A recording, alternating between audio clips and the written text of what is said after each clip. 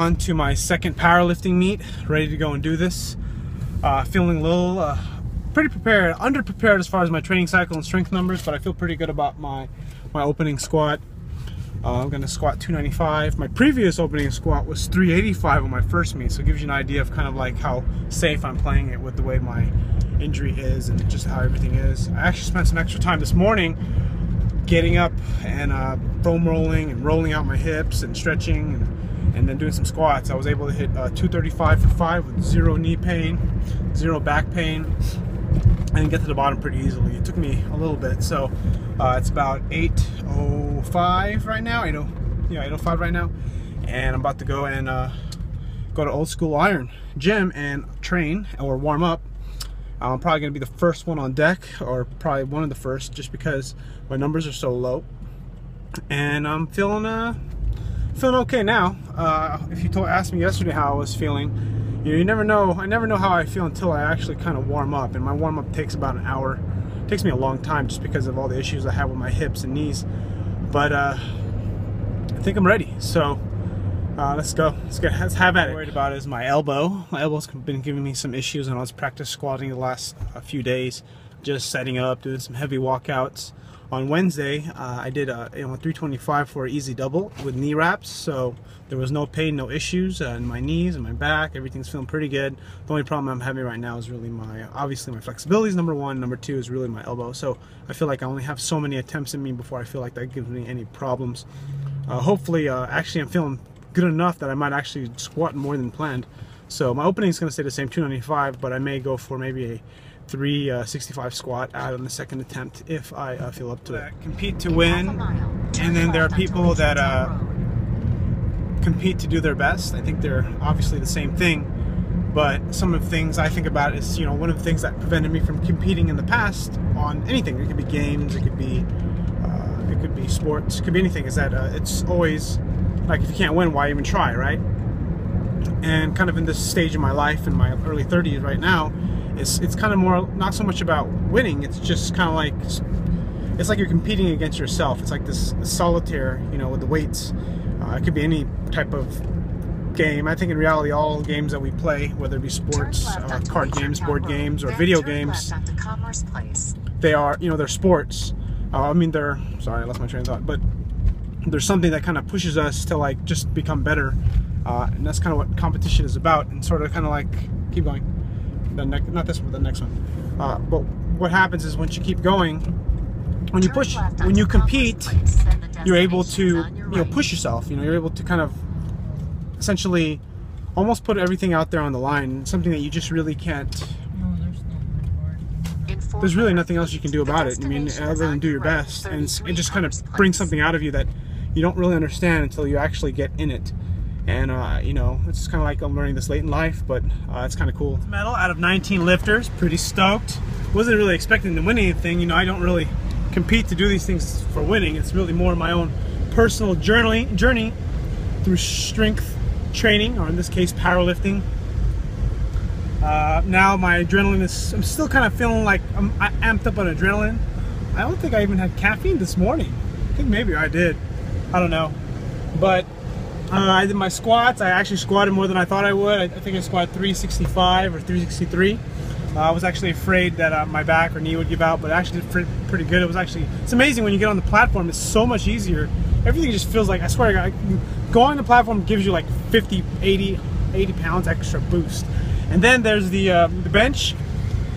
Easy 265 a pound on the first one. Second one was 303 pounds. And I'll have a video of that coming up soon. And then I missed 308 pounds. And then on the deadlift, I did a roughly 480 pounds. And then second at 551 or 550 pounds. I was pretty stoked about that.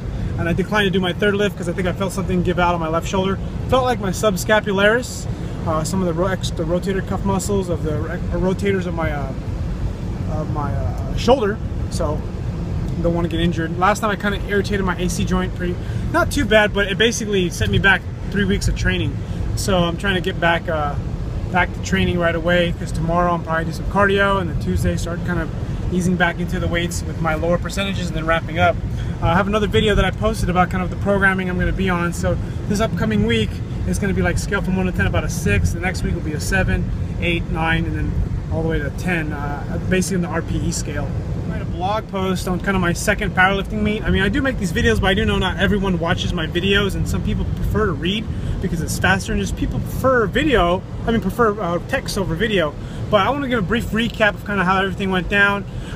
Yesterday, I kind of like was nervous because I wasn't squatting very well. I was really stiff and tight, worried about my knee.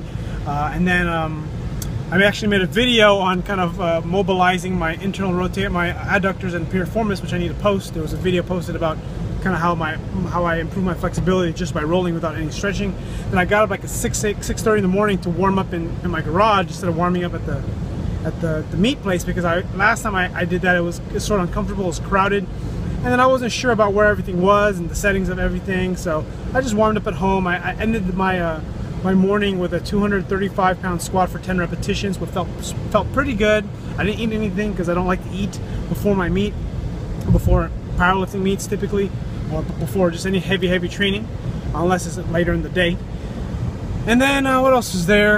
And then the powerlifting meet came on. So I mean, there wasn't a whole lot. You know, there's a lot of details I need to fill in, like kind of how I made weight. I cut too much weight, kind of what it feels like to drink a gallon of water in 2 hours, and how you get lightheaded. And then what else was there? Not being able to eat all Friday because I wanted to make weight, and I ended up losing way too much weight. And actually, because I lost too much weight, I won a tie in my weight class because I weighed less. And then what else was there?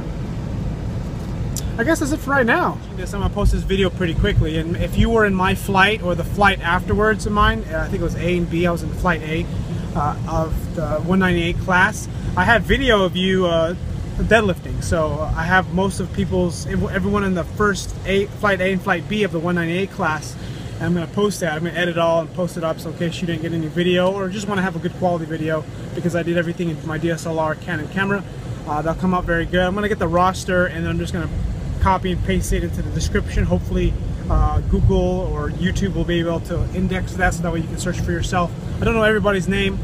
What else was there? I mean, I remember, you know, when I made my first attempt on the deadlift, because that's really the most pinnacle thing for me, was the deadlift. You know, the deadlift nerd here, right? In fact, I actually got recognized by someone who found my blog, and they were talking to me. It's kind of cool to meet her. Her name was Miriam. Sorry about that. I'm sorry if I said that wrong. But it was pretty cool. I was pretty stoked about that. And then also, so I was trying to get my writing out there. It's kind of fun. The other thing too is that when I decided to actually, the first deadlift attempt was about 480 pounds. Second attempt was 551. So it was a huge jump, a 71-pound jump from my first attempt. And it was also it would be a 5-pound PR. I did that because in case that I missed, I would have a second crack at it. But I kind of didn't want that in my head, because I was like, that's a really bad attitude to have. So kind of what I did was, when I was just thinking, I was just breathing, I was kind of meditating, I was kind of like just trying to listen to my breath, just kind of really kind of go to tunnel vision and really focus on just making the lift. And I just made a commitment to myself, you know, I'm not gonna let go of this bar. I'm just not gonna let go. I can do this. I'm gonna just grip and then rip the bar off the ground. And I freaking yelled. It was pretty freaking amazing. It's amazing when I watched the video, I don't even believe I did that. It's kind of crazy. So you never know what you can do until you really put yourself out there. And this is kind of the whole purpose of this blog or this YouTube channel, is I'm basically putting myself out there, giving myself room to be criticized, or, you know, people hated on or whatever, because, you know, in the end, a lot of what this is really just, it's just my self-expression of strength, you know, fitness, health, whatever you want to call it. This is kind of what I love to do. So anyways, thanks for watching. About to smash a burrito, a victory burrito, Chipotle, and then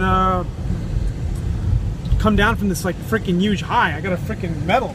Where's my, gotta show you my medal, right? Look at this. Bronze. I wasn't even expecting to win.